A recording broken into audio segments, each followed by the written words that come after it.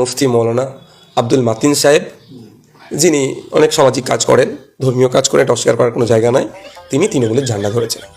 এই মুফতি আব্দুল মাতিন সাহেব এবং তার দাদা মুফতি আব্দুল কাইম সাহেব একটা সময় ইন্ডিয়ান সেকুলার ফ্রন্টকে নিয়ে অনেক খিল্লি করেছিল, রাজনীতিকে নিয়ে অনেক খিল্লি করেছিল, অনেক কুকথাও বলে ফেলেছিল বিরোধিতা করতে গিয়ে। তাহলে কি এখন অনেক ফতোয়া দিয়েছিলেন, তাহলে কি এখন তিনি তার দেওয়া ফতোয়াতে কোন জায়গায় দাঁড়াচ্ছেন? তবে আমি বারবার বলে এসেছি, আজকেও বলবো যে শিক্ষিত মানুষদেরকে রাজনীতিতে বেশি বেশি করে আসা দরকার। তবে এটুকু বলতে পারি, ঠিক যেমন আমার ভাইজান পীরজাদা কাসেম ভাইজান পচা শামুকে পা কেটেছে, দল চয়নের ক্ষেত্রে তার আরও ধৈর্য ধরা দরকার ছিল, বিবেচনা করার দরকার ছিল।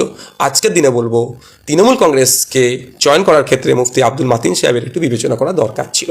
কারণ একটা তৃণমূল কংগ্রেস একটা বড় পলিসি হচ্ছে এটা, যার এই আব্দুল মাতিন সাহেবরা দেখুন বিভিন্ন সময়ে মুসলিম ইস্যুতে তারা প্রতিবাদ করেছেন, কিন্তু লাস্ট বেশ কয়েকটা বছর আমরা অদ্ভুতভাবে লক্ষ্য করছিলাম, হরিয়ানাতে কিছু হলে, গুজরাটে কিছু হলে, অসমে কিছু হলে, ত্রিপুরায় কিছু হলে, উত্তরপ্রদেশে কিছু হলে, মুসলমানদের উপর অত্যাচার হলে এনারা খুব সুন্দর করে প্রতিবাদ করতেন মুসলিম জাতির হয়ে। কিন্তু ওয়েস্ট বেঙ্গলে মুসলমানদের ওপরে যে প্রতিনিয়ত তৃণমূল কংগ্রেসের সরকার দ্বারা কোনো সময় পুলিশের অত্যাচারে কাস্টোডিয়াল ডেথ হচ্ছে, থানার মধ্যে লকআপে ডেথ হয়ে যায়, পিটিয়ে মেরে দিচ্ছে, জেলে পিটিয়ে মেরে দিচ্ছে, আনিস থেকে তামান্না বা তিলোত্তমা বা যা কিছু প্যাসিফিক যদি বলি, মুসলমানদের যে দুরবস্থা চলছে, ওবিসি নিয়ে সব থেকে বড় শিক্ষিত মুসলমানদেরকে ধ্বংস করলো, যে রঙ্গনাথ মিশ্র কমিশনের সুপারিশকে পুরো ধ্বংস করে দিল, তা নিয়ে কিন্তু এই ধরনের যারা সমাজসেবী বা রিলিজিয়াস যারা লিডার বলে দাবি করে নিজেদেরকে, বা স্কলার বলে নিজেদেরকে দাবি করে, অদ্ভুতভাবে কিন্তু এনারা চুপ ছিলেন।